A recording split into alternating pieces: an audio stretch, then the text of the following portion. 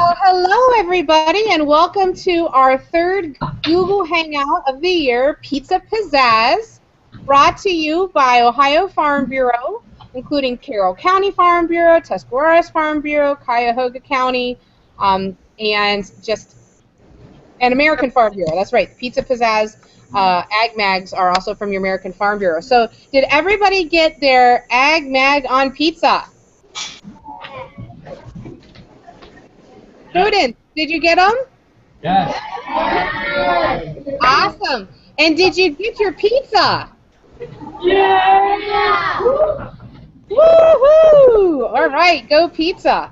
All right, well, we want to talk to you a little bit today about where that pizza came from. And not just the pizza shop down the street, but what happened to get the pizza from the products that were in the field or on the farm to the delicious pizza that you put in your mouth. So today we're going to talk about the crust, some of the vegetables that go into it, and some of the dairy that goes into it to make that fabulous cheese. Today we're going to start with Miss Anita Cook. Anita's going to talk to you a little bit about where she is and what kind of things can be found there. So again, I hope that you enjoy yourselves, and we're really glad to have Sandy Valley Schools with us. I didn't introduce myself. I forget about that, but I'm Nikki Gordon-Coy, and I am the high school science teacher up here, and just really excited to have you with us today. So we're going to go to Anita. She's going to tell us a little bit about where she is. Hi everyone, I'm Anita Cook. I'm the organization director for the Cuyahoga Farm Bureau. Right now I'm standing in Romano's Market and Deli in North Royalton, Ohio. So when you get a chance to check a map, go and see if you can find North Royalton on the map. We're up in the northeast corner of the state. Well, not quite all the way up in the northeast corner, but kind of close to Cleveland. We're probably about 10, maybe 12 miles out of downtown Cleveland. And this is Romano's Market, like I said. And we are going to investigate some of the different vegetables and maybe some meat items that you might find when you make your pizza. But the very first thing you have to start with is a crust. And let me show you a pizza crust here at the market. Uh-oh, I think I just lost you guys. You're still on. We just lost your me? video. Okay. All right. We so lost your video, though. I think I'm showing you a picture of the pizza crust. Actually, it's a picture of you, Anita. Are you? Anita? Oh, you're seeing me? Okay. Let's see if I can fix that. Because that is a really bad angle for me, I'm sure. So I'm not sure how to switch that. So probably need to go to something else. Why don't you? Oh, here we're back. We're back. There's pizza crust. Okay, I figured it out. We're still. Anita, we are still on your face. But meanwhile, while Anita figures that out, let's talk a little bit about pizza crust and where the pizza crust comes from. Does anyone know where pizza crust comes from? I see some hands here in Mrs. Marshall's class. I see a young man with a green sweatshirt's got his hand up, and we're asking, where does pizza crust come from? Can he come up to the microphone and tell us what he thinks? I think it comes from wheat and yeast, and yeah. That is great. That is exactly right. Pizza crust most of the time comes from wheat. Wheat is a product that farmers raise in their fields, and the wheat is actually then the wheat is actually then combined, and it's taken and it's turned into a flour. And Anita has a wonderful picture of an ultra thin pizza crust that we can see now. And that pizza crust most likely is made from wheat that farmers has raised. Okay. Also in wheat is not just flour, but there is a yeast that is used, and salt, a little sugar, and some water, and that's what makes your pizza crust. Okay. I think Nikki, we're ready to go on to our next ingredient. So our next ingredient, when you think of a pizza, you think of crust. Let's go to Mr. Hawk's class. Can anyone tell me in Mr. Hawk's class what is the next ingredient in a pizza? So I'm in Mr. Hawk's class, and I see a young fella here in a red sweater or shirt. He's got his hand up. Right there he goes. He knows who we're talking from. Come on up here. What is the next ingredient on pizza? Pizza sauce. That's Pizza sauce. exactly right. And you know that Ohio produces many, many tomatoes. And tomatoes are what they use to make pizza sauce. They take tomatoes and they take other ingredients such as Italian spices, and they make a wonderful, delicious tomato sauce. And that turns into a pizza sauce. So that is our next ingredient on our pizza. Okay, does anyone know what are your favorite toppings that go on a pizza? Oh my goodness, Anita just had some tomatoes, some beautiful tomatoes from the North Market up there. And Anita is going to kind of go through and show you the different kinds of tomatoes that they have up there that you can make your sauce out of. Okay, and then there are some other toppings that would really be, now Roma tomatoes are a very great Italian tomato that are, and Romas are used, they're a very small tomato, but they're used in spaghetti and pizza sauce. Nikki, do we have questions there?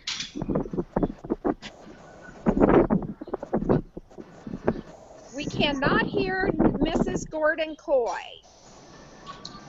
Well, let me take on over from Nikki for a minute, Michelle, if you'd like. Go ahead, Anita. I will take you down the aisle of other fruits and vegetables here in the farmer's market. And of course, we usually do not put any kind of fruit on a pizza. However, I have had pizza with pineapple, and it is actually quite delicious. But one of the other ingredients that you might find on a pizza would be peppers. And it could be red peppers, it could be green peppers, you might use yellow or orange peppers. There's lots of different colors of peppers and flavors to peppers that you can use. Some people might even put hot jalapeno peppers on their pizzas. Who likes jalapeno peppers on your pizza? Let's see your raised hand. Anybody like hot peppers? Doesn't look like too many like hot peppers. Something else that we might put on our pizza would be mushrooms. We might get some mushrooms from the farmer's market and put mushrooms on our pizza. I love mushrooms on my pizza. That's one of my favorites. And then, of course, onions. Who likes onions on their pizza? Anybody like onions? Nobody likes onions. I'm kind of surprised at that because that adds an awful lot of flavor to a pizza. And, of course, the next thing we put on pizza that everybody likes is cheese.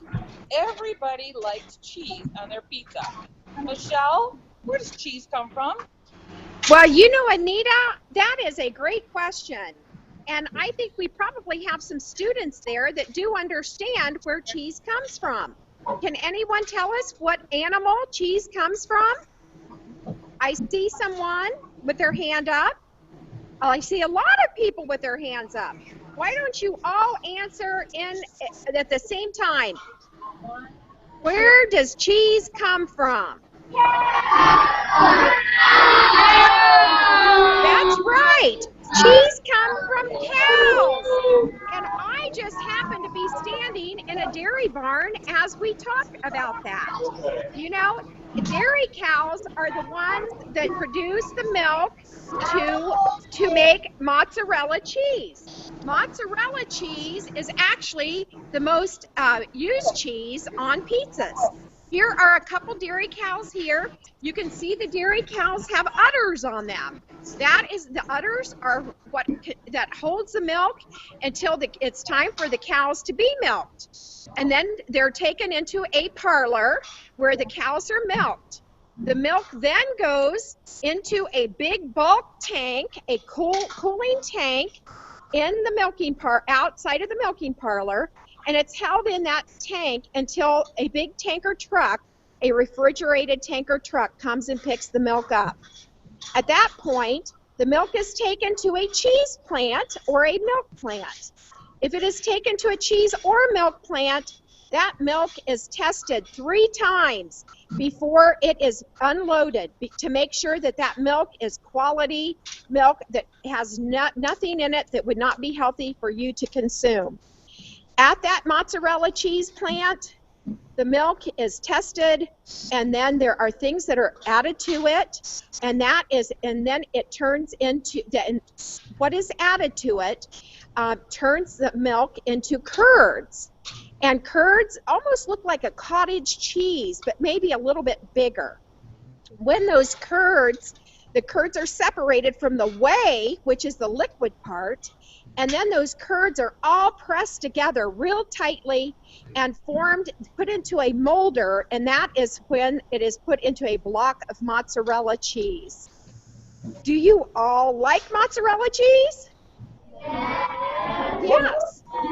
Okay, so this is our dairy farm. These are black and white Holstein cows, and they produce a lot of milk here at the Steele Steam Valley Dairy Farm here in Dover, Ohio. So we will go ahead and stay in the dairy barn. If there are any questions about dairy cows or milk or cheese, let us know. Okay, Nikki, it is your turn, and we cannot hear you. Okay, I am so sorry I had to get my class started, but they are working away, and so we're going to go ahead, and I believe, I'm sorry I wasn't completely in here as we were going through it. Did we get to talk about the dairy? Oh, look at those dairy cows. We did. We talked about cheese. If there are any questions, we could have the kids wait. We talked about tomato sauce and sauce and the crust, but we did not talk about the meat products that can be put on pizza. What do you guys think the #1 meat is that goes on pizza? Well, let's go over here to Miss Becky's class. I see a young lady with a green shirt. She's got her hand up right there. She's smiling real big. I see you right there. There she is. Hello. Do you know I'm talking to you? Yes, you're the one right there. Oh. Okay. So what is the most popular? I know her. What is the most popular meat topping for pizzas? Pepperoni. You are exactly right. Boy, if I had pepperoni, I would give it to you right now. All right. Yeah, you know what? I need to get my sounds going here. That deserved a sound right there. And you know pepperoni, does anyone know what animal pepperoni comes from? Sausage is the same way. Sausage and pepperoni come from one farm animal. What kind of animal is that? Does everyone want to? Okay, we have a girl in a pink shirt with her hand up. All right, young lady, right there, purple. Yep, that's the one with the little black hair bow. What animal does pepperoni and sausage come from? Pigs. Pigs! Yay! That's exactly right. And do you know that Ohio actually ranks #7 in the nation for the production of hogs? And so, yes, isn't that a wonderful thing? So, you know, there is a lot of pepperoni and sausage consumed through eating pizza. Delicious. Now, Michelle, you were talking there in the barn. I had a question for you. Now, I see those beautiful dairy cows. They look like they're really enjoying eating something. What is it that they're eating? Okay, what these cows are eating is actually called a TMR. A TMR stands for Total Mixed Ration. And what farmers do, they used to feed corn and hay and minerals and vitamins all separately. But now most dairy farmers have a big mixer wagon, and in that mixer wagon, they throw in the corn, the hay, the vitamins, the minerals, and all kinds of things like that, and they make a total mixed ration. And that makes it easy for the cows to digest. It keeps their diet consistent, and it's just a real healthy way to produce a lot of milk. Awesome. Okay, would you think this would be a great time to show them about how mozzarella cheese is made? Let's do that. Okay, hey boys and girls, real quick, we're going to go over to a video clip very briefly and see if I can get this squared away. Now, Michelle, I'm going to ask you to guide me after I hit screen share. The students should see, whoops, wrong one, screen share. They should see what is on my screen. So I'm going to hit start screen share. And now, has that changed to where you can see what's on my screen? Yes, ma'am. Okay, now I'm going to go to you see the YouTube video? That's it. Awesome. Boys and girls, this is just a real quick video to tell us a little bit about how mozzarella cheese is made.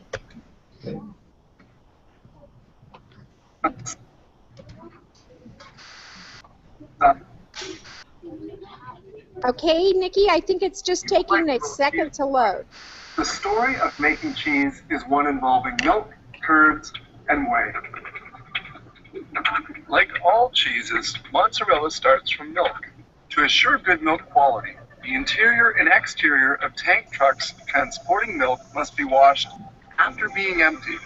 A tank such as this one can carry an average of 30,000 liters of raw milk at a temperature of 3 or 4 degrees centigrade. Raw milk destined for cheese making contains 3.8% fats and 3.3% proteins. They store the milk and whey, a milk byproduct, in these immense silos, each with a capacity of 225,000 liters.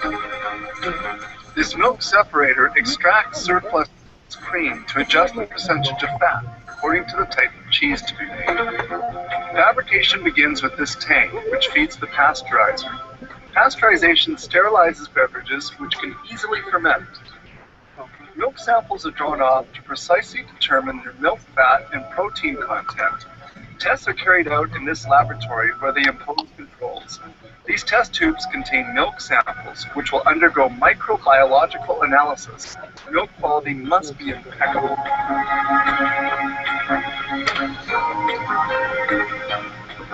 This is a curdler with a 25,000 liter capacity into which milk and other essential ingredients for making mozzarella are introduced, such as the enzyme rennet that curdles the milk. This mix must be well stirred and cooked. The agitators are used to cut the whey into little lumps. This step takes about 30 minutes. The temperature of the tanks depends on the type of cheese they're making. Agitators continue stirring the milk. Once cooking is done, the whey is pumped onto tables to be drained. It stays there for about 25 minutes. The solid and the liquid are now well separated.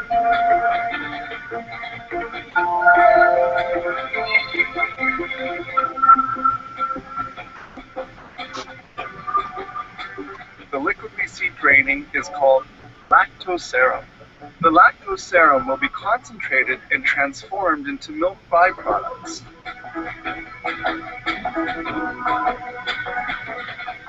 The water has been almost entirely extracted and the cheese particles are now sufficiently dry.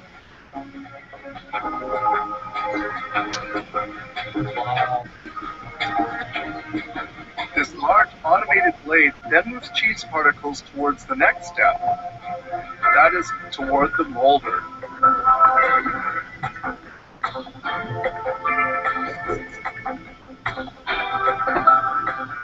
In the molder, the cheese is cut up before being carried to the cooker, the final processing step. It appears that this mozzarella has just the right texture.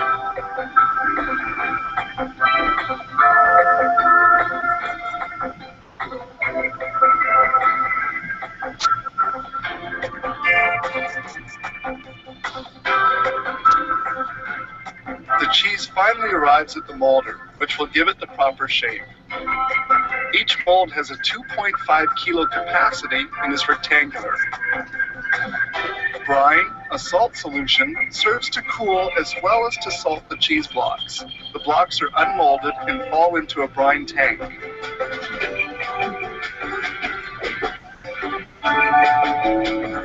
Following on, cheese blocks will remain in another brine solution for a while. They are then carried by a conveyor towards another tank, where they will be immersed for 4 to 10 hours at a temperature of 2 degrees centigrade.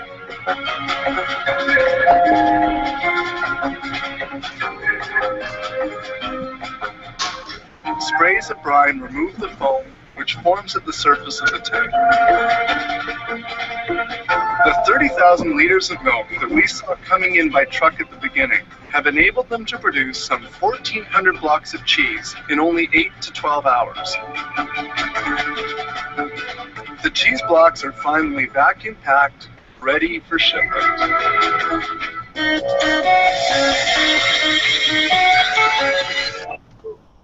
All right. Well, I hope that was a very interesting video, boys and girls. Let me see here. I got to turn off my screen share or it does something very strange. Give me 1 second. Okay, Michelle, is there any other way that we're able to get into where the cows are milked, or is that not a possibility today? Well, I can head that way if you want to take some questions from everyone, and I can head toward the milking parlor. How's that? That would be great. I'm going to turn my screen share off, though, because it's doing some strange thing. Here, let's... there we go. Turn screen share off. That should do it. Okay. All right. So why don't we go to Miss Blackford's class first. I see a young lady in, it looks like an olive green kind of shirt, longer hair. It looks like she has a question.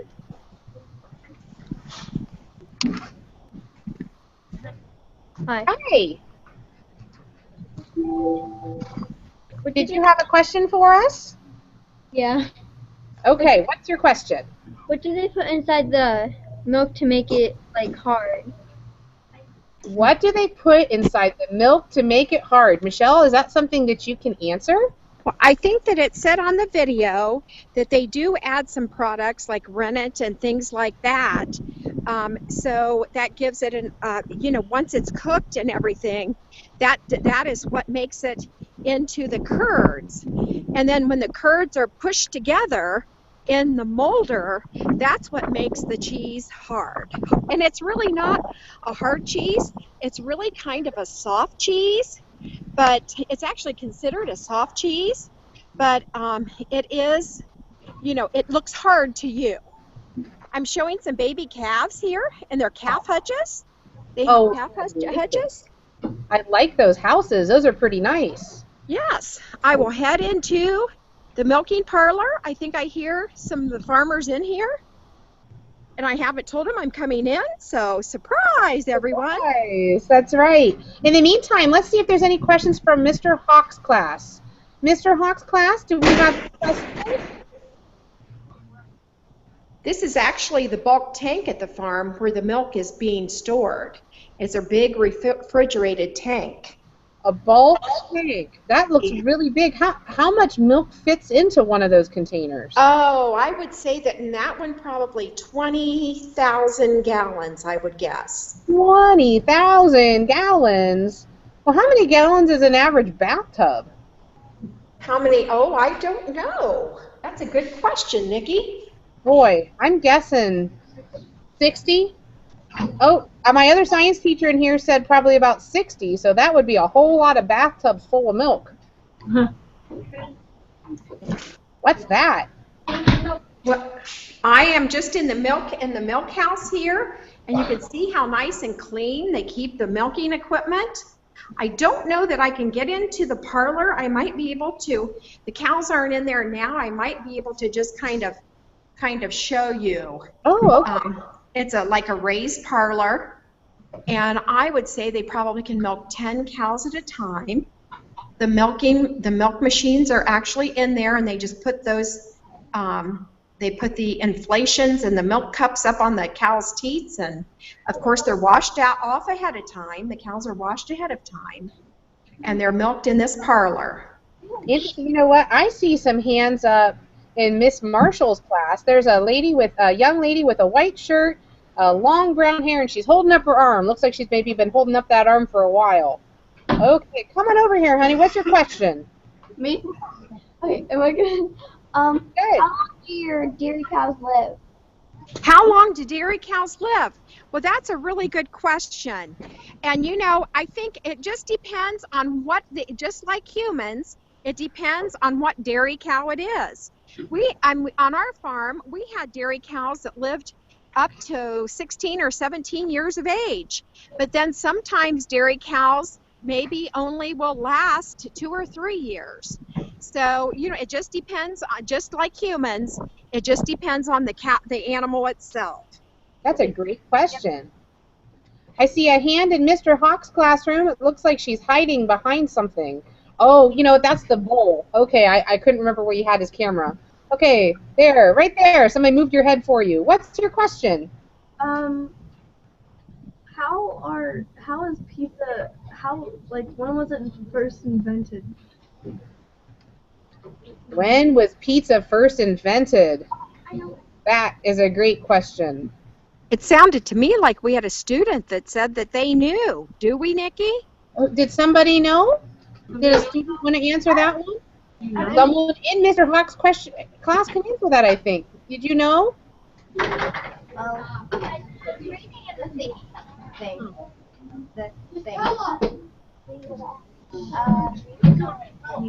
Apparently, like, they found,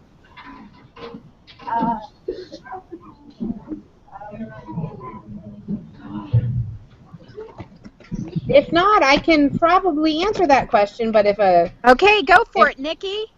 Okay, the history of pizza. Well, first of all, pizza has been around a while. Pizza started off a little different than what you and I are used to. It started off, they think probably the first documented pizza was from about 990 AD. So that's a long time ago. And they found it in central and south Italy. But the history of it's not exactly sure, because before that, people still had it around. So what they would do is they would get their bread out, and they would just take whatever leftovers they had, and they would go ahead and put those leftovers on it, and there you had it. It was pizza. And it just kind of developed after that. But 990 AD, that's a long time. But it looks like really Italy is really where it starts, although foods similar to pizza have been around since what they call the Neolithic age, which is a long, long time ago. Even ancient Greeks had something similar to a pizza. So there you have it. Pizza's been around a long time. Okay, let's see here. Ooh, Michelle, now I'm looking over here. Boy, that's quite the lovely cow. Is this a special cow? Well, you know, I'm not sure, but I'm kind of thinking that might be a very special cow for this farm. So, you know, I know that this farm is very active in showing their cattle at the state fair and district shows, and so they really do a great job of keeping their animals in perfect shape. They really do. I mean, that's like a supermodel cow. She is just gorgeous. I don't know if you can see, Nikki, but you can see some leg bands on the rear legs of this cow. Yeah, and a lot of times, well, sometimes that means if a cow has been sick, they may treat that cow with antibiotics. And if they do, they usually put leg bands on their legs so they know that they will just dump that milk. That's what they call it. They dump that milk. They do not send that milk, you know, for people to drink. They have to dump it. It has to be tested then before it ever goes, you know, before these cows, if they are treated with an antibiotic, they test the milk before it gets into the food system. So you never drink milk with antibiotics in it. Look at this cow coming up just to tell us. And you know, if you can tell too, she has an ear tag in her ear. And on that ear tag, it gives us her birth date, which was July 30th of 2008. Her dad's name was Bolton. She's a Bolton that was born in July. And this way, they know the individual cows. They know who they are. So if they want to breed those cows to some bulls that they use artificial insemination on, they know exactly the cow, who she is, and who might be a good bull to breed her to. This is a huge cow. She is huge and very curious, too. Real quick, I see some questions in Mrs. Marshall's class. There's a young man who's got dark hair. He was kind of jumping up and down. Looks like he's got a gray shirt on. He's standing up. He's turning around. Leg. And there he is. All right, come on over here. Now, what is your question? Why is some cheeses white and some cheeses are orange? I really don't get that. Michelle, do you know the answer to that one? Boy, I'm telling you, these are great questions. And you know, I cannot exactly tell you. I think sometimes colors are added when they're making the cheeses. It all has to do too with the cheese, the amount of fat that is in cheese. It also depends too on what kind of cows produce the milk. You know, we've got Guernsey and Jersey breeds that have real high fat, and that's a little bit different than a Holstein that does not have as much fat in their milk. So I would say that some of the colors are added, but you know, it just depends on the, you know, the what they put in the cheese, you know, what cows produce that milk. And you know, I'm going to have to do a little bit more research to come up with a great answer for that, because I cannot exactly tell you for positive, but I'm sure that some color is added to cheese. Okay, well, I did do a quick search, and it says that beta-carotene levels in milk vary depend on the cow's diet. These True. amounts fall in varying shades of cheese naturally. As a way to make the colors consistent, cheese makers do add a slight coloring agent. And it says commonly annatto, which is an all-natural ingredient to kind of help keep everything nice and consistent. And it also serves as an easier way to distinguish between the different kinds of cheese. Can the students see that these cows are actually laying in what we call free stalls? Free stalls mean that the cows can get up and they can roam, they can go up and eat, they can get something to drink, get some water to drink, and they're also bedded with sand. They found out that sand does a very good job of cow comfort. Just look at these cows. It's breezy in here, it's a beautiful day out, and the cows are chewing their cuds. I don't know if you can see them chewing, that helps make milk, but they are laying on sand, and that is for cow comfort. I'll have to remember that. I've never used sand with our beef cows, so we'll have to give that a try. I see a very eager young lady in orange in Miss Blackford's class. She's smiling. She knows she's been called on. Okay, now let's get your question.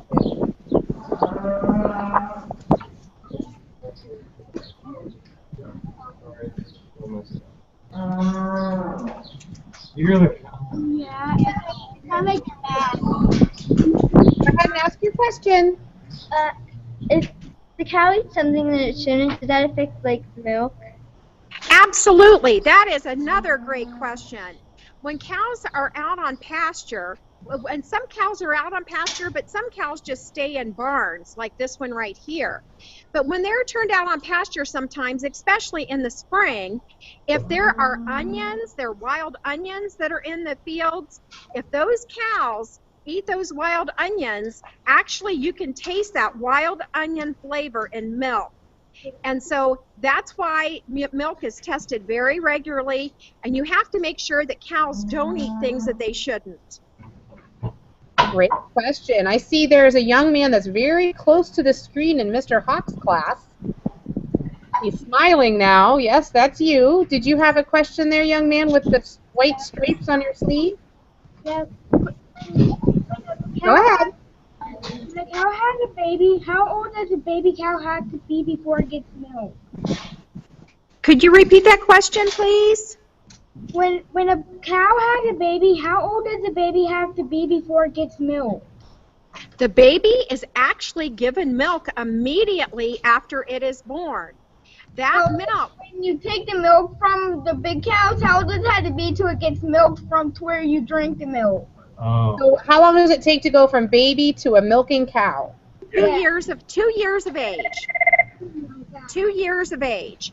By the time, what happens is as you raise the baby calf to a year or to about 13 months, and then you breed that calf, and that calf becomes pregnant, and by the time that calf is 2 years of age, she has a baby calf of her own.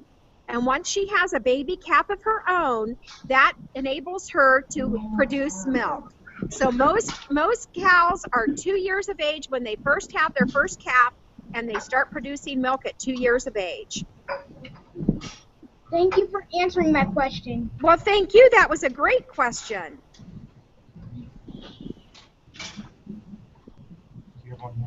Okay, I see some hands. Boy, I think I was just in this class, but there was a fellow in a red shirt earlier that I missed. I know he had a question. Right there. Did you have a question, fellow? Yeah, I had a question. Yeah. Are you close? Yeah.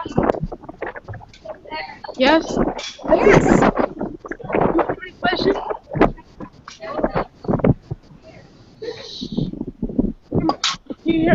Question. Did you have a question? Yeah. What is it? How much does American drink in nation? What is it now? How much milk does people in this year? How much milk? Having a little trouble hearing you. In a nation. How much milk do you drink in a nation each year? Question, how much milk do you drink in a nation each year? How much milk does the nation drink in a year? Yeah. Wow.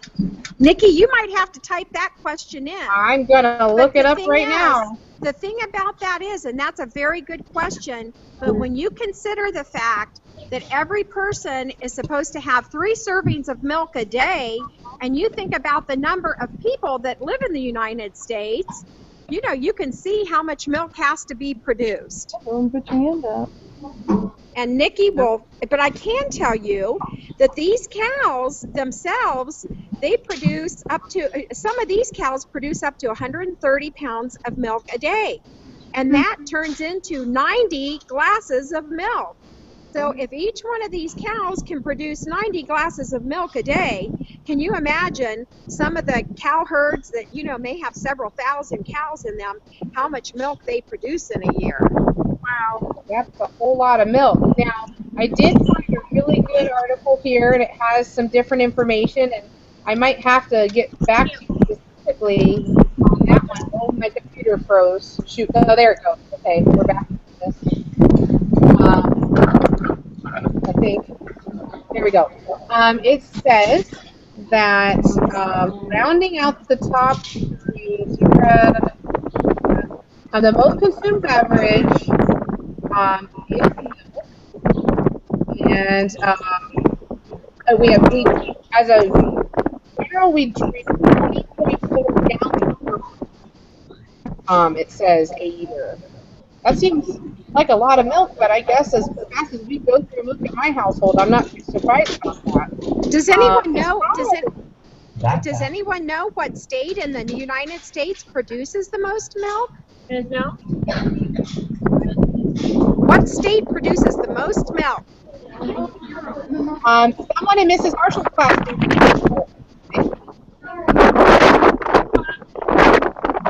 What did he say? Someone in Mrs. Marshall's class, green little young man in a green shirt. Oh, we got one here. It's okay. You can come up here. I'm sorry, you're already there. Yep, go ahead. Which state in the nation makes the most milk, you think? I'm kind of thinking since Wisconsin has a lot of milk. You are exactly right. Let's give her a round of applause. Absolutely. Actually, Wisconsin is called the dairy state. And if you ever see their license plates, it says Wisconsin, the dairy state. They produce the most milk. Great answer. Excellent answer. I'll tell you what, you guys come up with some top-notch questions. These were excellent questions. I have a couple interesting milk facts. I have the average American cow can make 5,792 quarts of milk a year. Wow. 65% of milk produced in the U.S. In Canada is made into dairy products, while 35% is consumed as milk. And I know that we were looking at some milk over there at the farmers market. There are more than 160 million dairy cows in the world. More than 9 million live in the United States. And Alaskans eat more ice cream than Americans Or, Boo! I mean, they are Americans, but Alaskans eat more ice cream than any American in any other state. Is that right? That's So my interesting. homework assignment for you guys this summer is you need to eat more ice cream so that maybe Ohio can become the #1 in ice cream consuming. I'm good at it.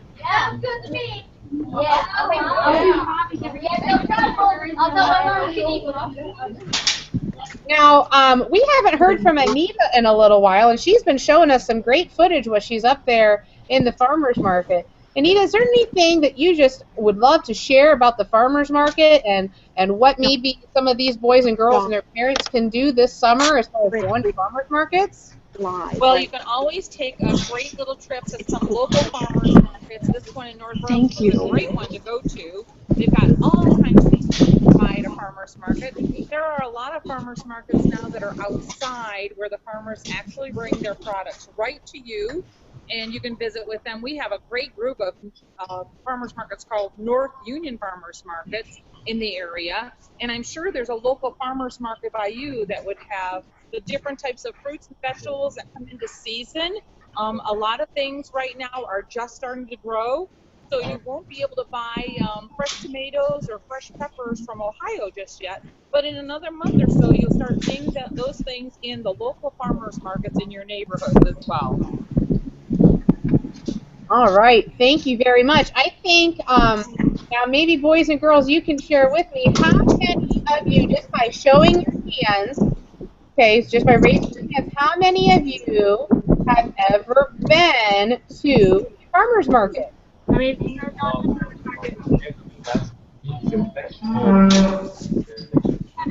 Right, look at that. And you know, when you go to a farmer's, whoa, that looks really good, Anita. I don't know what you're showing us there, but that looks delicious. When you go to a farmer's market, it gives you an opportunity to try some new fruits and vegetables and things that you wouldn't normally think about trying. And I encourage you this summer to try maybe a new fruit or vegetable that you've never tried before. And also, sometimes when you go to the farmer's market, you can find some really good deals on super fresh fruit and vegetables and meats and cheeses and breads. So, all right. I saw a hand. Now, I have not talked to anyone from Mr. Hawk's class for a little bit. So why don't we go to Mr. Hawk's class and take some questions from there. How does cheese get its different flavors? I'm sorry, what's that question? How does cheese get its different flavors? How does cheese get its different flavors? Michelle, you think you can take that one for us? Well, the difference of flavors of cheese are the way that the cheeses are made. Like Swiss cheese, there are different kinds of products that are added to the milk to give them the flavors. Now, I know that a lot of you probably tried something like hot pepper cheese or pepperoni cheese, or horseradish cheese.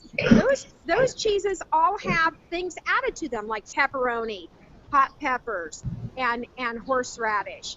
So different cheeses have different flavors. Also, it depends on how long the cheese is aged.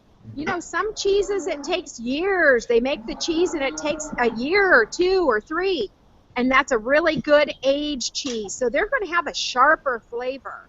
So just depending on how the cheese is made, that has everything to do. It has nothing to do with the milk from the beginning, but it has to do with the different things that the cheesemaker add to the milk to give it their flavor. Great job answering the question, Michelle. That was a good answer. All right, let's see here. Let's go. We were Mr. Hawk's class. Now let's go to Miss Blackford's class. And there is a young lady with glasses and red 3/4 length sleeve shirt. Her hand is raised. Now it's not. It's there. Now she's looking at me. All right, what is your question? Do you guys take milk from the cows every day? That's a really good question, and we are here at the Steele Dairy Farm, and actually it depends on if the cows are milking. We do take milk from the cows every day. The Steele family, they actually milk every 8 hours, so they milk 3 times a day. Now, a lot of farms will milk 2 times a day. Some milk 3 times a day. But when a cow gets pregnant, there has to be a period that it's called a drying off period. So if a cow has a calf and the cow milks for 9 or 10 months, she starts not milking quite as much, and she's bred, and we hope to have a calf every single year out of that dairy cow. And what they do is there's probably a 2-month drying off period. And if a cow is a dry cow, then that means that she is not going to be producing milk for that 2-month period. That helps her, and I actually have a dry cow standing right in front of me. And I will try to zoom in on her udder, if I can. If you look at her udder is very small and very compact. It doesn't look like there's any milk in that udder. She is a dry cow. That means that she's going to probably be having a baby here in the next month or 2. So for that 2-month period, the dry cows do not produce milk. But normally a cow will produce 10 months out of the year. Great question. Excellent. Very good. All right, let's go back to Mrs. Marshall's class. And I just saw a young man in a gray T-shirt, and he's got his arm pulled. There he is, coming right down here. Come on down. Well, hello there. Hi. Hi. I have a question. How old is a cow when it starts like for dairy products? A cow is 2 years of age when they start milking, and the milk can either be consumed as fluid milk or it's turned into other dairy products. Can you all name some other dairy products? All right, before you go away, you got to name a dairy product there. Go ahead. You just asked us about what's one dairy product. You had it this morning. Ice cream. Yes, very good. We're treated to ice cream this morning. Okay, what about there was a young man in Miss Marshall's class with a black T-shirt on. Come on down here and name another dairy product.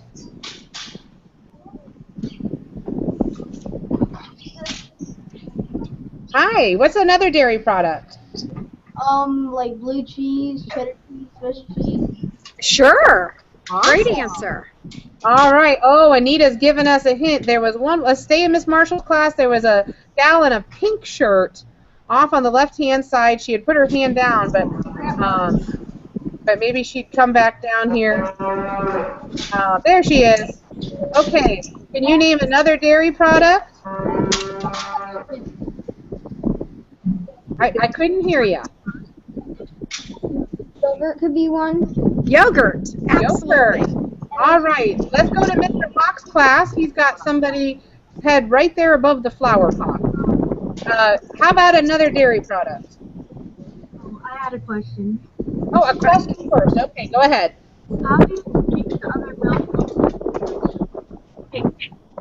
One more time. How do you make the other milk different? What was that question? I'm not sure, Jared. How do they make the different milks taste different from one another? The different milks taste different? Yeah. Okay, well, you have the skim or? Well, I think you're talking more like strawberry milk and chocolate. Okay, that's a great question.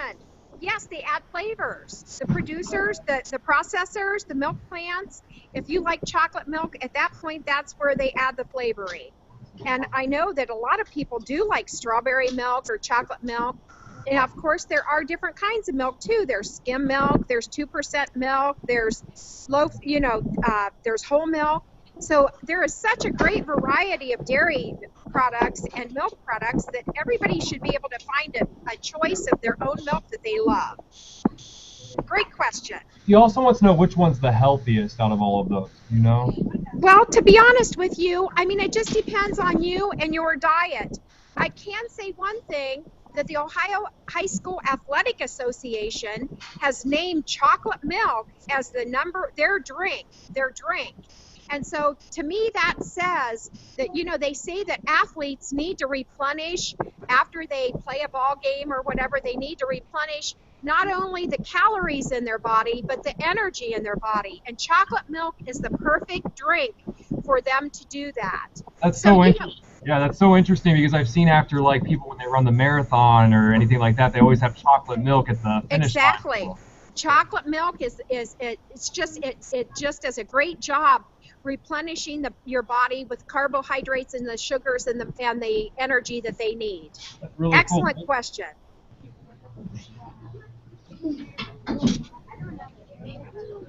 Mr. Hawk, is there anybody else in your class that had a question while I have your class highlighted?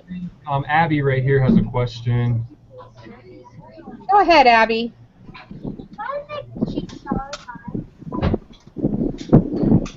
What was that question?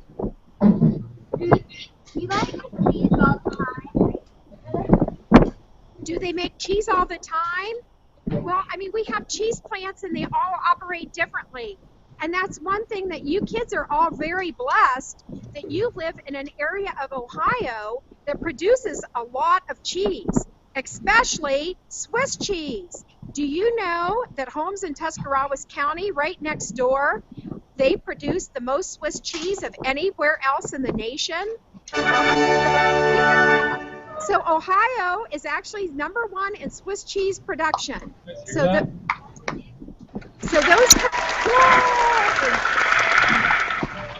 you know, I think that you're really lucky that you can just go out to Amish country and you can go to the cheese houses and you can see how it's being made.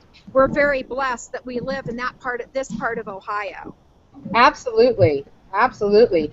We're going to move on over for the purposes of time to Miss Blackford's room. I see a young lady in kind of a peachy, orangey, pinky shirt there. There she is. Hi there. What's your question? First, wait a minute. Before you ask your question, what is a dairy product? Name a dairy product. What can you tell? Cream. Okay, what's your question, dear? Like, if the cat's not pregnant, how do you know if it, how do you know if it's pregnant? Did you hear that? I couldn't hear it. She said, if the cow isn't pregnant, how do you know that it's ready to milk? Well, a cow will be milking all of the time. And I mean, except for that 2-month dry period. But when you breed a cow, we have veterinarians that come out, and the veterinarians will check those cows to make sure that they are pregnant. And there are all kinds of things that you can do. And do you know that you can even ultrasound a baby calf inside its mama to tell whether it's a girl or boy, just exactly like what your parents have done. So, you know, we always try to get our cows pregnant every year so we can produce that great quality milk product for you. Excellent. I'm actually going to say goodbye to my students real quickly because at the end of the day. So, Michelle, I'm going to let you take over for a little bit here. Okay. Well, actually, I'm standing right outside the barn here. They're getting ready to milk. And I'm standing outside of the barn here, and it looks to me like they've cut some rye. It's been a very tough year for farmers to get their crops in or mow their hay because of all the rain. Mark my word, we love the rain because we need it to grow our crops. But this is a rye product that they have cut in the field here, and they will be baling this up, or they will be chopping it up to put in the TMR mix that we talked about. And you can see this rye product, and that's what the cows will be eating for their spring diet. And for you to know that these dairy farmers, they work with veterinarians, they work with nutritionists, they work with these people, that feed consultants, they work with all kinds of people to make sure that they are producing a great product for you and that the cows are well taken care of. So I don't know if you remember seeing in the barn, there was a cow that I focused on, the dry cow, and she had a couple of her rear feet wrapped with a cloth wrap. they bring a hoof trimmer in. A hoof trimmer comes in at least once a month, and any cows that it might be have sore feet, or if their feet are getting a little bit long, that hoof trimmer will actually trim their nails. It's just like trimming your fingernails or toenails. They trim those cows' feet and make sure that their feet are very healthy. So, I mean, it's a different world out here when it comes to dairy farms, because you're working with a lot of different specialists. A lot of great people come in to help us make sure that we take the best care of our cows. We want cow comfort to be one of our #1 priorities. So, Anita, do you have any other words up there in the farmers market? I guess she's kind of focused. Are there other questions? Oh, Anita's focusing on it looks like the dairy case there. Okay, I see a young man with his hand up. You can go ahead and ask your question. Like when they make the cheese at the factory, what if the machine breaks down, and what would happen to like a cheese that's get made? Okay, could you repeat that question, please? I'm sorry, I could not hear. I like when they make the cheese. If they what if one of the machines break down? How would they like get it like all like how would the cheese go, and like how would they like go? Okay, just like any other equipment on any other thing, just like if your car breaks down or any other machinery that you have breaks down, you have to get somebody to come out, or you have someone that's employed by you that will fix that equipment and make sure it gets up and running. Because like any company or any farm or anywhere, if one piece of equipment sometimes breaks down, it can really throw you off for the whole time, and you won't be able to produce your product. So a lot of farms actually have someone on their farm that is designated as the machinery repair person. So we work really hard to keep, we have to make sure our machinery runs all the time. Yes? But what if the people I'm supposed to work there, what if they're not like they're sick and they can't come or something? Well, we make sure that there are people that come. And this winter when we had some real cold weather, and maybe some of you all lost your power, and it's like, oh my gosh, how do we do without electricity? Most of these dairy farms have generators that they hook directly up to the electrical pole. And even though everybody around them might be out of power, they have a generator that will run the milk equipment so they can keep the cows milking, because a cow has to be milked. I mean, if she's a milking cow, she has to be milked, and if she is not milked, that can make her get an udder infection or something like that. So everybody, all dairy farmers have these nice generators that keep electricity in their milking facilities, so we can make sure that we do keep milking the cows. Do we have other questions?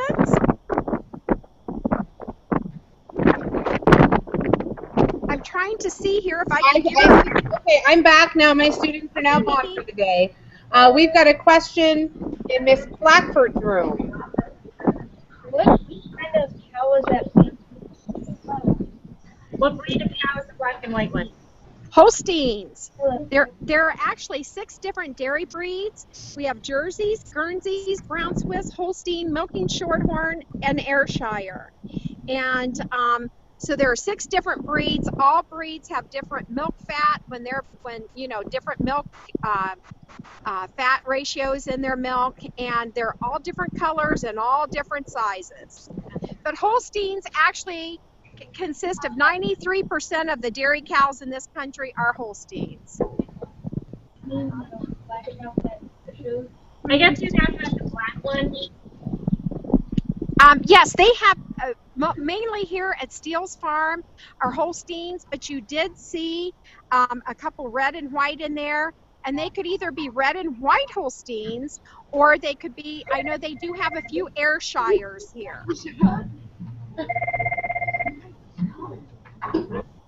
Okay. I see. Oh, we got somebody right there in front of us. Go ahead. What's your question? Do different cows have like different types of milk? All cows' milk most cows' milk look the same. You know, it comes out white. Although Guernseys and Jerseys, the butter fat in their milk is there's a lot more butter fat. So when you see Guernsey and Jersey milk, a lot of times it's a little bit more of a yellow color because of the butter fat in it. Oh my goodness. Very good. I tell you what, there's a very eager fella there in a red American shirt. Come on up here, buddy. You obviously really want to ask us a question. Go for it. I will. What if the cow? What if there's a wild cow? And That's a good. Oh, there are wild cows. We actually had one cow that she was just pretty ornery, and so you know that's a decision a farmer has to make if they want a wild cow on their farm. But you know, a lot of times the reason cows are wild and they act more crazy, it's because they're really kind of a smarter cow. You know, a lot of cows will go around and just just are very mellow and just very easy and very docile to get along with. But you might have a cow that's got an attitude. Without a doubt, there are some cows with attitudes. But you know, that a lot of times it's because those cows might be a little bit smarter. Now, there are types of cows that are out in nature. If you, does anybody know of a type of cow that, well, it's not necessarily a type of cow, but a cow-like creature that we might find out in the wild, or maybe we used to be able to find out? Has a cow found in the wild? Yeah, I'd say probably buffalo and bison are probably the closest. Michelle, do you know, is a buffalo or a bison technically a bovine? Oh, they're definitely bovines. They're definitely bovines. I mean, they would be a ruminant. A ruminant means that they have 4 compartments to their stomach instead of just one compartment like you and I do. But these dairy cows, they're definitely ruminants, 4 compartments to their stomach, and they have to have each one of those compartments in their stomach because they're consuming a lot of grasses and a lot of forage. And to be able to digest that forage, they have to have these 4 compartments to their stomach, and the food actually goes through each one of those compartments from the time it's eaten until the time that it's extracted. So, but I thought it was interesting to know that buffalo, if we go back to our pizza lesson, mozzarella cheese in other countries, a lot of it is buffalo milk is what they use for the mozzarella cheese when they first started mozzarella cheese. So that is really a kind of an interesting fact. Absolutely. Now, Anita, when you're at the farmer's market, is it possible to buy buffalo-type products there? In this particular market, or at Romano's market, I don't believe that they have any buffalo meat. But I know that there is buffalo meat available at some markets in our area, and I know there's buffalo meat available in Northeast Ohio. And so I'm not sure. You probably would have to check with your farmers markets and ask them if they carry buffalo meat or where you might be able to find it. Excellent. I don't know about how much time we have left, but I would say why don't we try to do maybe one more pizza-related question from each class, and then maybe make some closing remarks. How does that sound? Okay, we're going to start over in Mrs. Marshall's class. Mrs. Marshall's class, is there anyone who has not yet asked a question who has a question for us? I see a young lady in a gray shirt. She's got a ponytail, and her hand's still up. Oh, now it's down, and she's coming down. You're the next contestant. Okay, this is the last question for Mrs. Marshall's group. Okay, go ahead. What's your question? Is pizza healthy? Oh, that's a great question, isn't it, Nikki? That is a great question. You know, when I think of is pizza healthy, what I look at is all the different food groups that are in pizza, and then I always like to start with anything can be taken with cream. And so, of course, you could eat too much pizza, absolutely. But I think as a food to have every once in a while, boy, you get all the different food groups in there. You get some grains with your crust. You get all kinds of vegetables. You got the tomato sauce, which has vegetables in it. You can add. I know that Anita was showing us some of the onions and peppers and other things that you can add to it. The meat is good for you. The cheese is good for you. So, Michelle, I would think pizza is actually a pretty healthy treat, wouldn't you? Absolutely, pizza is a healthy treat. Like Nikki said, it covers all 4 food groups. You get your protein out of it. It's not like you would want to sit down and eat a whole pizza pie, but a couple pieces of pizza. And we know that it's such a favorite food of a lot of people and a lot of kids. So, you know, it's definitely a great, if you use it as a whole meal, I would say it's definitely a great whole meal. Absolutely. Great question. Thank you, Mrs. Marshall's class. Now we're going to come over to Mr. Hawk's class. It looks like we've got a young lady in queue, ready to go. All right. What is your question, dear? Mr. Hawk, can you interpret? I couldn't hear her. What different types of cheese do we make? What different types of cheese do we make? Yes. It's from Ohio? Yes. What type of cheese do we make in Ohio? There are actually hundreds of kinds of cheese that are made in Ohio.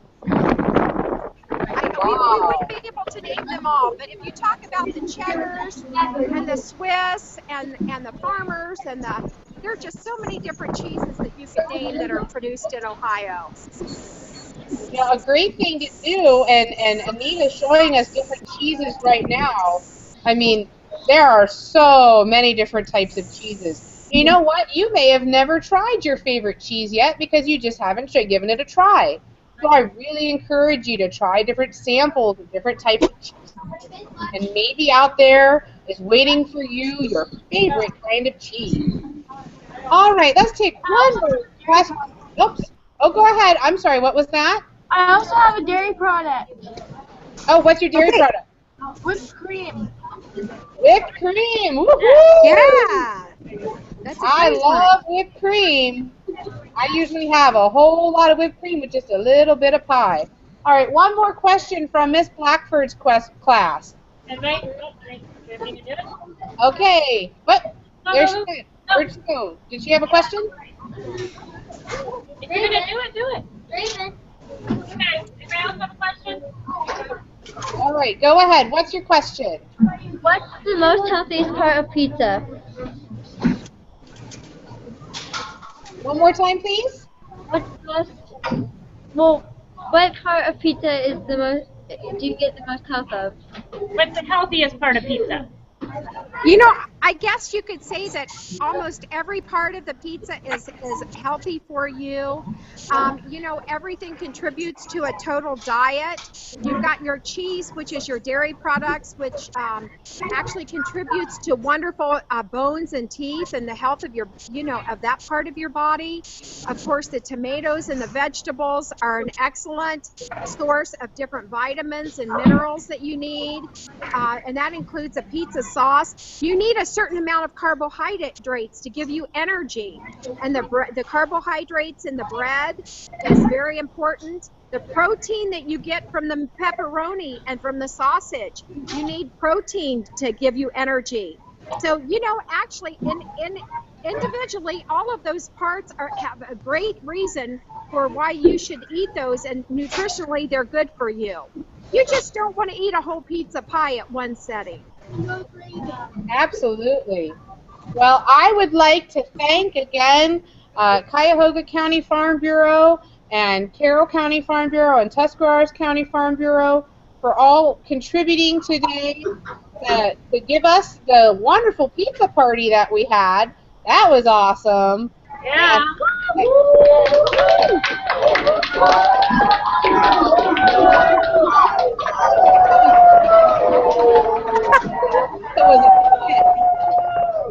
And American Farm Bureau for making the Farm Bureau Ag Mags that we looked at, and Miss Anita for taking us through that farmer's market. That was really cool. And Michelle, thank you so much for taking us through the dairy barn. I learned so much. And I just hope that everybody had a good time and that you're walking away having a better understanding of that delicious treat that you guys enjoy so often. So thank you again, everyone. And I hope that you have a safe summer. I hope you enjoyed your Google Hangouts with us, and we look forward to hopefully being able to hang out with you next year. Great. Thank you.